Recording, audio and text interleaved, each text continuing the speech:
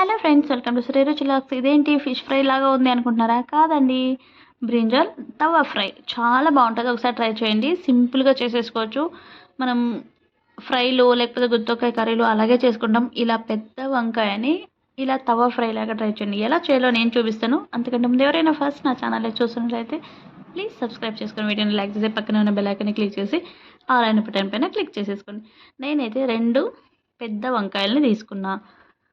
దీన్ని ఎలా చేయాలంటే, ఒక ప్లేట్ తీసేసుకొని కొంచెం పసుపు, కారం, ధనియాల పొడి, గరం మసాలా, కొంచెం పెప్పర్ పౌడర్, అలాగే శనగపిండి ఒక 3 టేబుల్ స్పూన్లు, తగినంత ఉప్పు, రవ్వ ఒక 2 టేబుల్ స్పూన్లు వేసుకొని బాగా మిక్స్ చేసేసుకోండి. చాలా సింపుల్ అనమాట. ఇంతే ఇంగ్రీడియంట్స్. మీకు కావాలనుకుంటే కొంచెం వాటర్ వేసి కూడా మిక్స్ చేసుకోవచ్చు. నేనైతే అలా పొడిగానే వేసుకుంటున్నా. పొడిగా వేసుకుంటే చాలా బాగుంటుంది. ఒకసారి ట్రై చేయండి.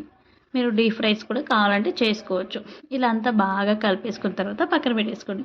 ఇప్పుడు ఒక వంకాయని తీసేసుకొని మరీ మందంగా కాకుండా పల్చగా కాకుండా పావు మందం ఇలా ఉంటే సరిపోతుంది.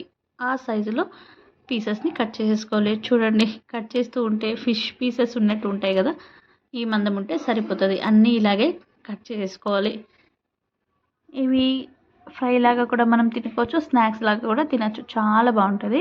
ఈ పీసెస్ని ఒక్కొక్కటే మనం ఇందాక కలుపుకున్నాం కదా, ఆ మసాలాలో కలిపేసుకోవాలి. ఇలా బాగా అద్దేసుకొని ఒక 5 నిమిషాలు లేదా 10 నిమిషాలు పక్కన పెట్టేసుకోండి. ఆ వంకాయలో ఉండే వాటర్ అంతా బాగా పీల్చుకుంటుంది అనమాట. ఆ తేమ ఇలా పైన తేమలాగా అనిపిస్తుంది కదా, అప్పుడు ఒక తవ్వ పెట్టేసుకొని ఆయిల్ అప్లై చేసేసుకోండి. మరీ ఎక్కువ కాకుండా లైట్గా అప్లై చేసుకొని ఈ ఒక్కొక్క పీస్ని అందులో పెట్టేసుకోవాలి. మీడియం ఫ్లేమ్లో పెట్టుకొని లోపల వంకాయ బాగా ఫ్రై అవుతుంది. చాలా టైం పట్టదు కుక్ అవ్వడానికి, కొంచెం టైమే పడుతుంది.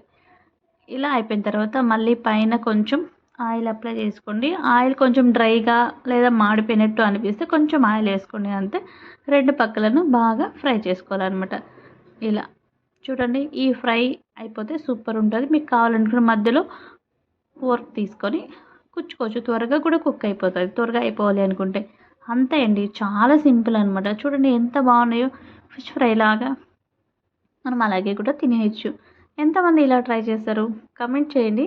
అలాగే మిగతా పీసెస్ అంతా కూడా ఇలాగే ప్యాన్లో వేసేసుకొని కొంచెం ఆయిల్ వేసుకొని మిగతా పీసెస్ అంతా 2 పక్కల ఫ్రై చేసేసుకుంటే రెడీ అయిపోతుంది బ్రింజల్ తవా ఫ్రై.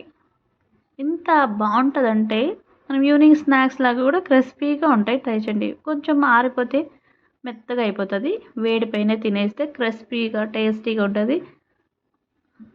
ఈ వేడిపైనే ఒక ప్లేట్లో సర్వ్ చేసుకొని నిమ్మరసం పిండేసుకొని అలా కొత్తిమీర చల్లుకొని తింటే సూపర్ టేస్ట్ ఉంటుంది. ట్రై చేయండి మీరు కూడా.